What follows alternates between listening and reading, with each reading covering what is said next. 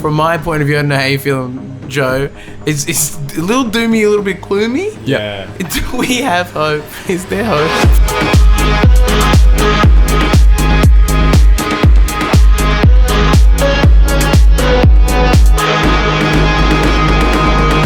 Welcome back to the Sharehouse podcast, the place to air gripes, find compromise, and just your guide to sharehouse living in general. I'm joined by my best friend Mikey D. And hey, we had to get him back. We're joined again by Mr. Purple Pingers. Woo! With an S! Yeah! Welcome back to the podcast. Thank you. Cheers. We had to get you back because we want to explore more about Melbourne's rental crisis as two dudes who run a podcast about share housing who also bury their heads in the sand about everything that's going on. We'd love to get to the juice. For our viewers and listeners, there's chapters below that will go through the rental crisis. We're going to try and chop it up for you so it's more easily digestible. But I believe we should start with maybe a definition of what the rental crisis is about. Sick. So, at the moment, we have an issue where there are not enough houses. There's a lot of renters. 31% of Australia are renters, and we have a vacancy rate, which is how many houses are actually on the market versus occupied. It's currently 0.9% or around 1%, which is, it's literally, if you look at, how do I like it? Okay, so we've got too many people, not enough houses. So ultimately, Yeah.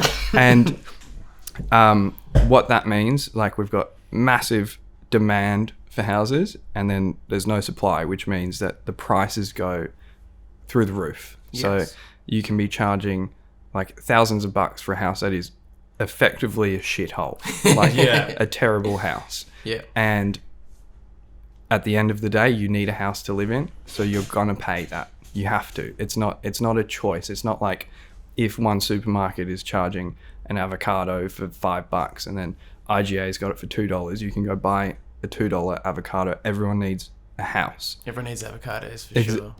Everyone does need avocados. That is true, especially in Melbourne. You can't buy a house. Exactly. Fact. Exactly. Okay. So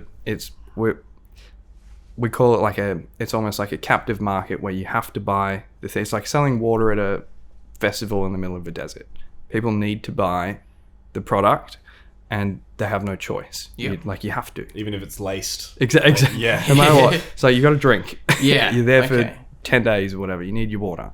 Now, this seems like it's been an issue that's really only popped up in the media headlines for the last year and a half, maybe even a bit shorter than that. Yeah. When did this start, realistically? Yeah. So it started a long time ago. I think the reason that it's only popping up in the media now is it's because it's affecting the people that the media, their demographic. So it's affecting older, rich people.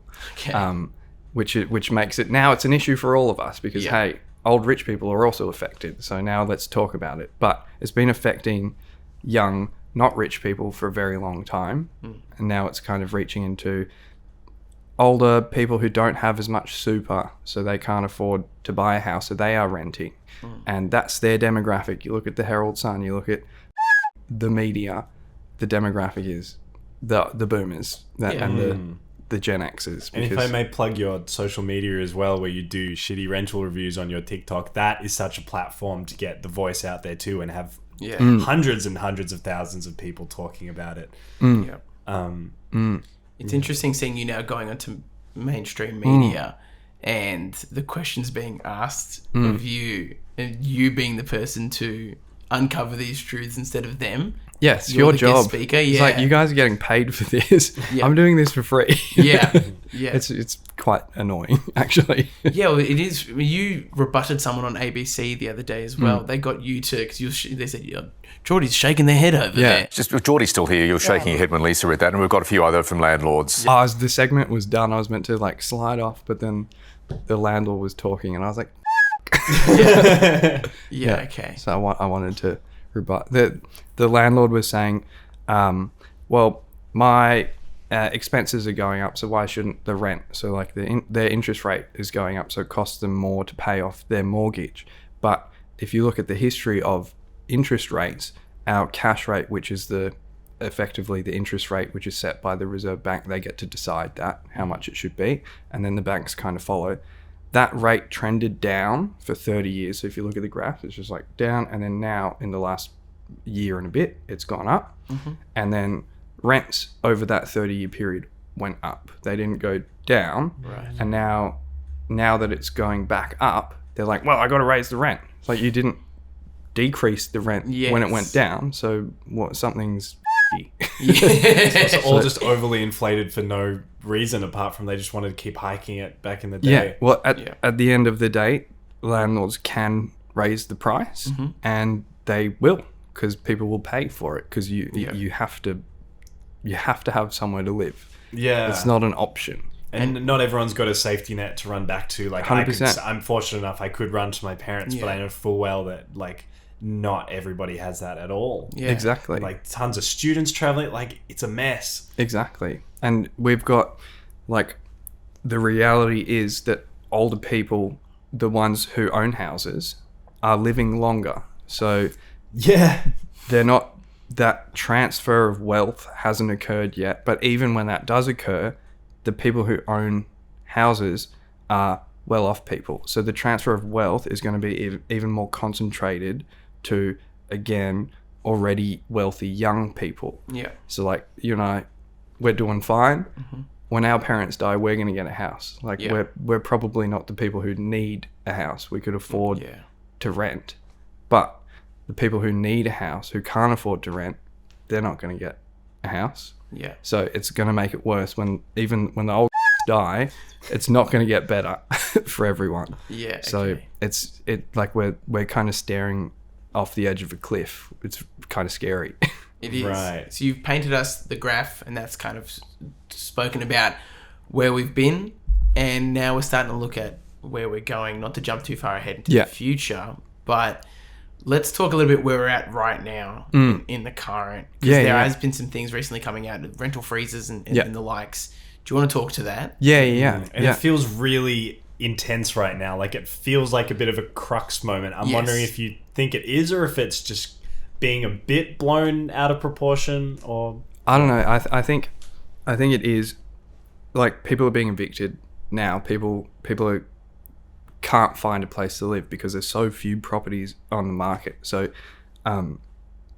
it is an issue right now. I don't think it's being overblown. I think it depends where you look. So if you're looking in fairly wealthy suburbs, it's probably not going to be as much of an issue. But you look anywhere else and people are struggling. So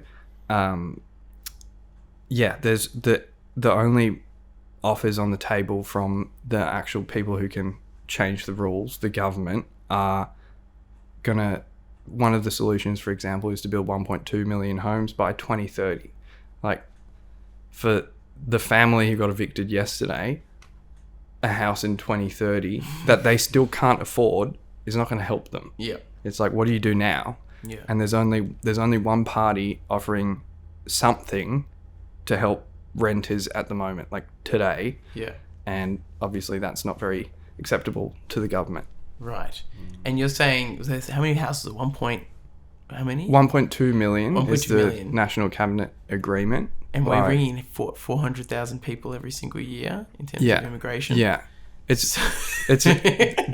that some math there doesn't... Exactly. But it's also, that's not the issue. The issue is, like, we've always had quite high immigration to Australia. Yeah. But I feel like that is something that the government is blaming it on now. They've got something to kind of pin it on. It's not correct. We've had this issue for years and decades. Yeah. Like, so long. And now it's kind of, saying it's an immigration problem is something that the Liberals that they're trying to get the votes from are going to hang on to, because they're the stop the boats. They're the immigrants in my Christian suburbs. Absolutely not. That's the people that they're trying to get on board with them, with that argument, and I don't agree with that. Okay. I think that Yeah, Yeah, of course. Yeah. Yeah. But it does also make- like immigrant to Australia. Yeah. Where from? Sorry, we never asked. South Africa. Oh, cool. Yeah. Hey, bro. Hey, Yeah, two in a bro. row. Yo, how's it? How's it, I think it does make the 1.2. Yeah, 1.2. Yeah. It does make it look worse by the fact they're not even taking into account our already stable. already exists. Yeah, the fact they have this immigration rate that's been pretty consistent. They're not taking that into account, and they're not taking into account Australians that are struggling right now. Yeah. So that's where we're at. There's also the rental freezes. If you want to talk on that as well. What's the deal?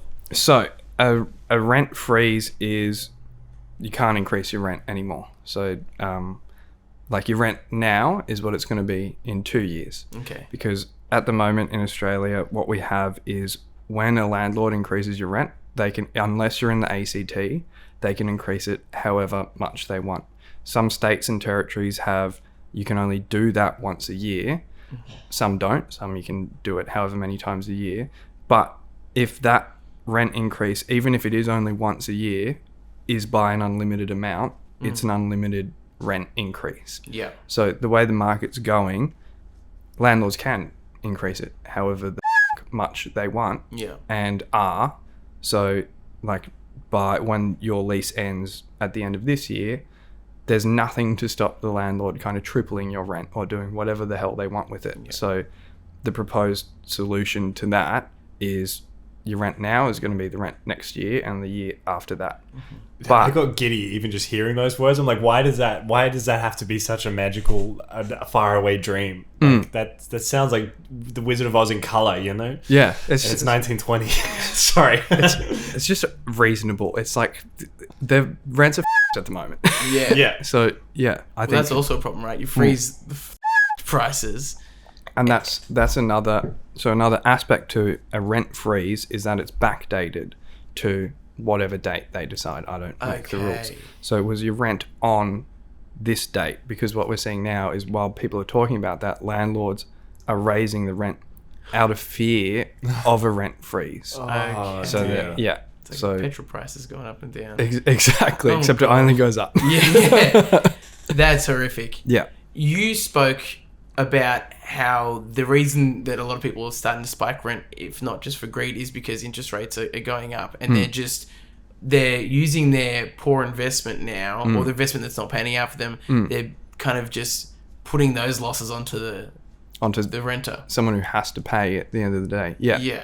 So landlords have incentives, tax incentives to kind of help them with increasing rates. So with negative gearing, if you don't make as much money from your rental property that you spend paying off your mortgage, then you can claim that at the end of the year out of your tax. Like you just reduce your taxable income and you don't have to pay as much tax. Okay. So the fact that they're saying, well, my mortgage is increasing and then I've got to pass that cost on. No, you don't. You can literally just claim it on your tax at the end of the year. That's a lie. Yeah. It's just like, there's like, you can't, it's not fair to pass a cost. You have a choice at the end of the day as a landlord. You can not raise the rent. You can sell the property. Like you've got options. You're ready. If you have an investment property, you own a house that you don't need. So you can do a bunch of shit with that. A renter needs to live in a house. They don't have a choice. So saying, I'm left with no choice but to like raise the rent, that's a lie. Yeah. Sell your house. Yeah. It's like, and shut up. I think the tough part, I was speaking about this with my dad the other day. For years, the government's been incentivizing people to buy homes. We spoke about that in the past episode. Go check it out. We spoke about that. Quick Spruiker home. Haven't titled it yet, but you know what it is. We spoke about how it was incentivized to have properties more than one. Yeah. And I think now we're looking at this situation in hindsight of, it was incentivized, but no one really spoke about the duty or obligation of, you're not just owning a home that have people living in it.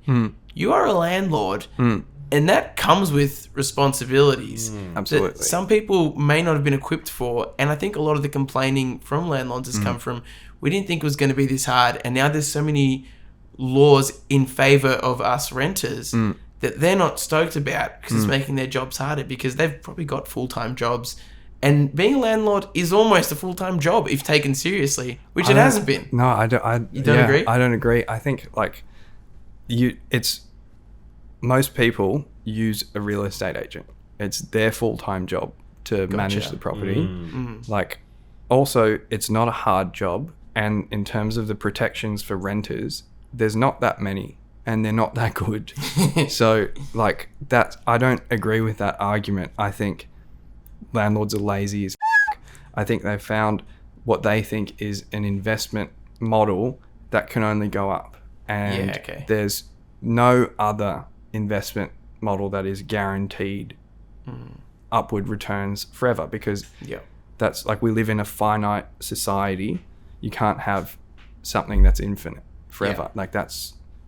but like, doesn't work. The world's gonna end one day. So like, f*** you. But yeah, I don't know where I was going. But yeah, it's not a hard job at the end of the day. You can quite easily, like, the protections for rentals are so basic. It's like, put a heater in, like, make sure there's no mold. Like, it's not difficult stuff. Just do, and also, if you can't do that, sell your house. Like, you've just got options. Like, you don't have to be a landlord. No one's making you be a landlord. Landlords don't provide value to society. That there's nothing that like, if landlords didn't exist and all those houses were on the market, look how cheap housing would be. You have an influx of supply. Everyone could afford a house. It would absolutely crash our economy, which is neither here nor there, because most of our GDP is in housing. But if those houses, if landlords didn't exist, people would just buy the house. That's not, like, they're not going to disappear. Landlords don't need to exist. And is it true that Australia also, it's a really hot market just for buyers internationally as well? Like, I had a mate who was renting from a house that was owned by Daniel Radcliffe. Wild. And so are they all buying up the properties in Australia too?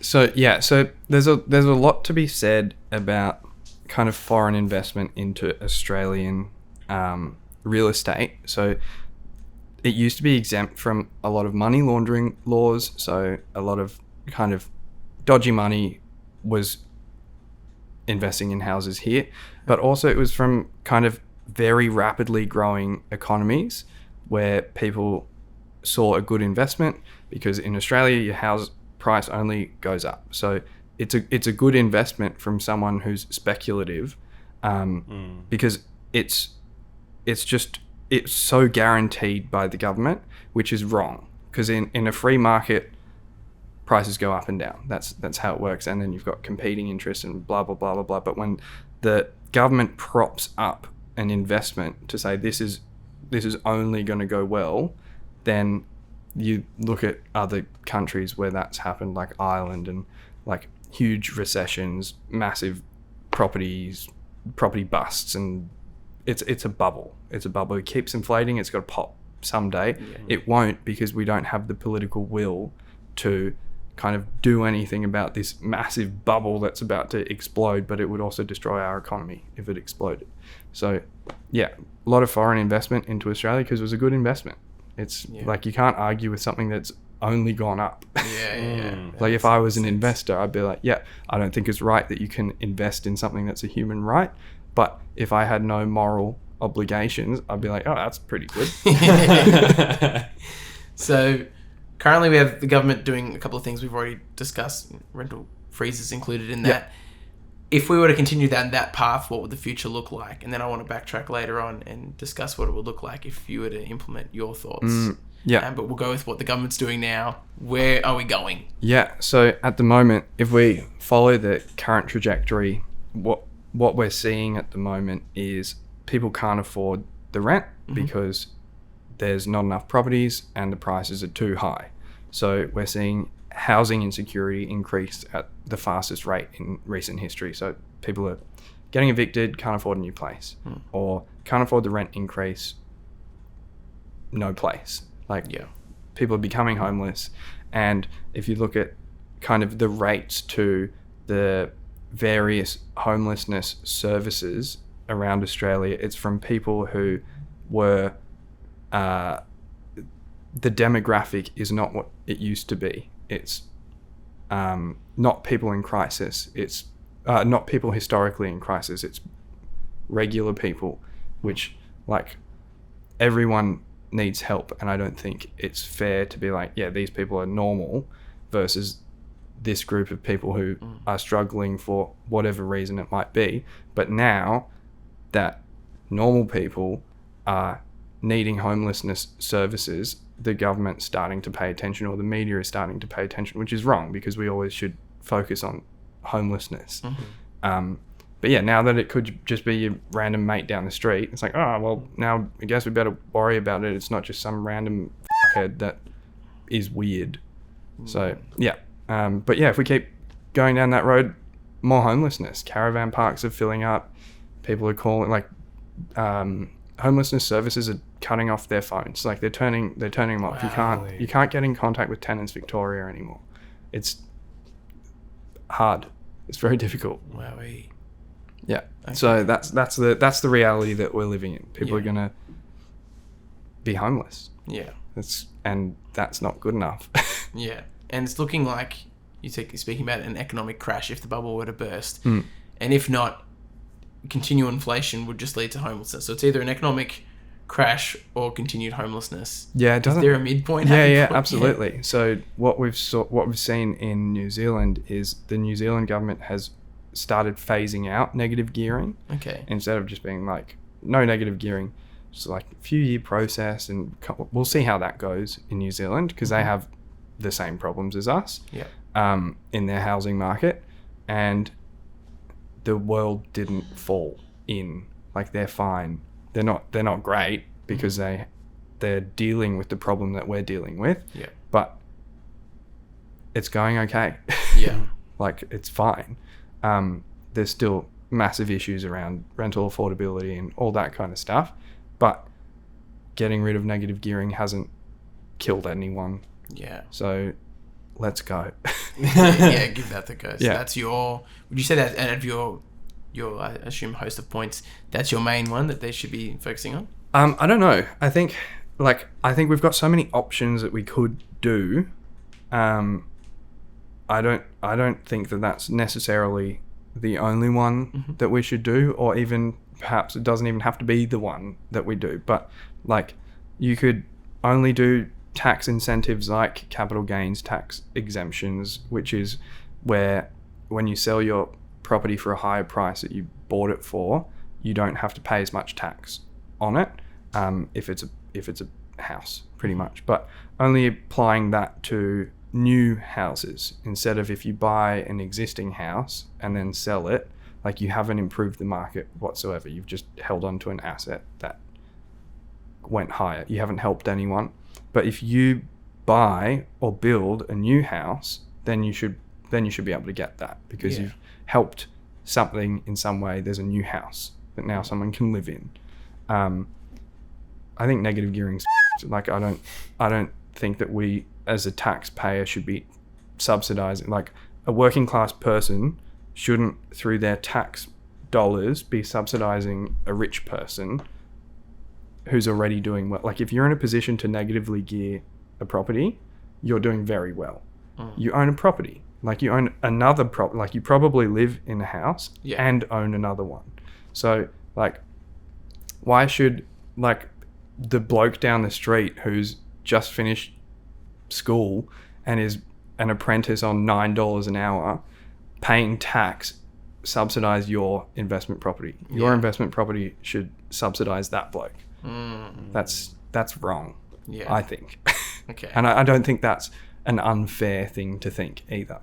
I don't think taxpayers should be subsidizing rich people. I think it should be the other way around. They're the ones with the money. They should pay for the things that they benefited from. Yeah. It's just fair. I'm sure your comment section's filled with calling you a socialist. Absolutely. And I think that's also fair. Interesting. Okay, so from my point of view, I don't know how you feel, Joe. It's a little doomy, a little bit gloomy. Yeah. Do we have hope? Is there hope? And it's being such a nationwide issue, you'd think you'd want to pull from a lot of solutions, even like a sprinkle from a load. Like it sounds really intense. Yeah, so like there's things that work. So if we look at in Canberra, you can only increase your rents. It only applies to if you've already lived there, so it doesn't apply to new, like if you're a new renter.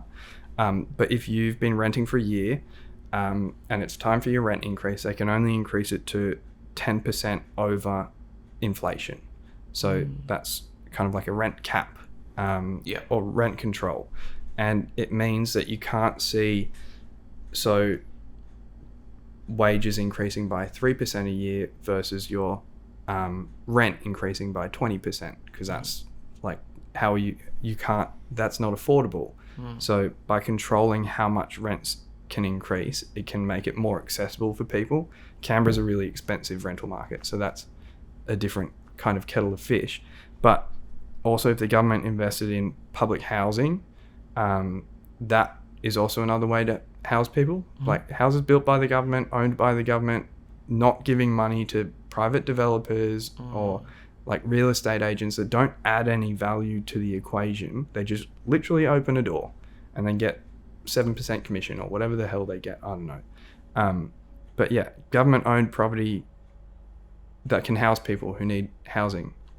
It's not like they don't pay for the housing. It's just 30% of their income.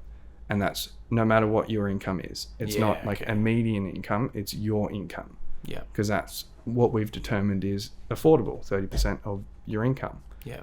So like there's lots of things that they can do.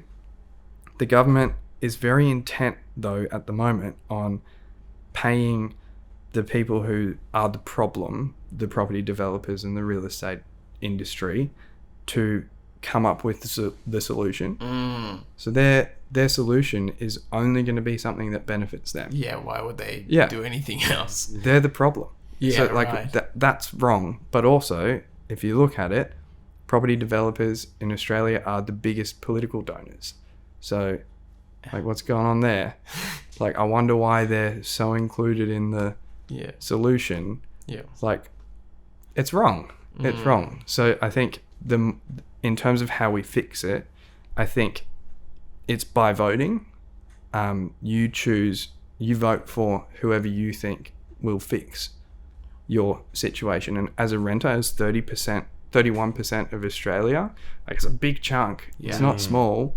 If all of those renters were aware that, hey, there's people not acting in your interests and kind of expressing that at the polling booth, that's when the government will start to take notice. Yeah. So if there's a by-election or whatever, and they start to see that, oh, like we're still in power, but we're getting preferences from other parties which are against the things that we're doing, that's when they change the policy. Gotcha. Yeah. There's a hope. And we like that. We like to hear that. It's in your hands. Yeah. Kind of. No pressure, but get your head out of your ass.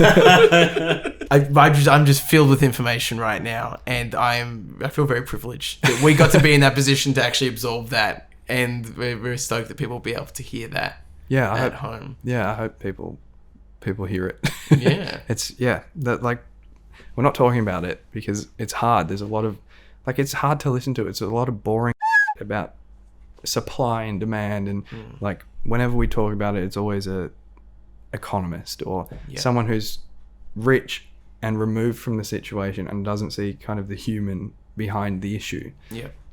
So I'm glad that people can hear it, but I'm sorry that it's boring. No, thank you. Thank you for making the switch to long form for us. Yeah. Sitting and talking at us for a while. It's been really great. I feel very lucky and privileged too. Thank you. Thanks for listening.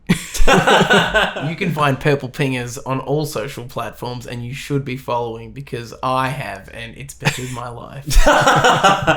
Mac has spent a lot of time late night scrolling that feed, and it's good, as have I. Thank you. Hey, you can find us at Sharehouse Pod on Instagram and TikTok, sharehousepod@gmail.com. Please send us your thoughts, concerns, worries about the rental crisis, about your share home, about anything, though. I'll read it. Do you remember our sign out catchphrase? I can't remember. It was. I thought it was love you. Make sure to tell someone you love them today. Make sure to tell someone you love them today. Bye. Bye.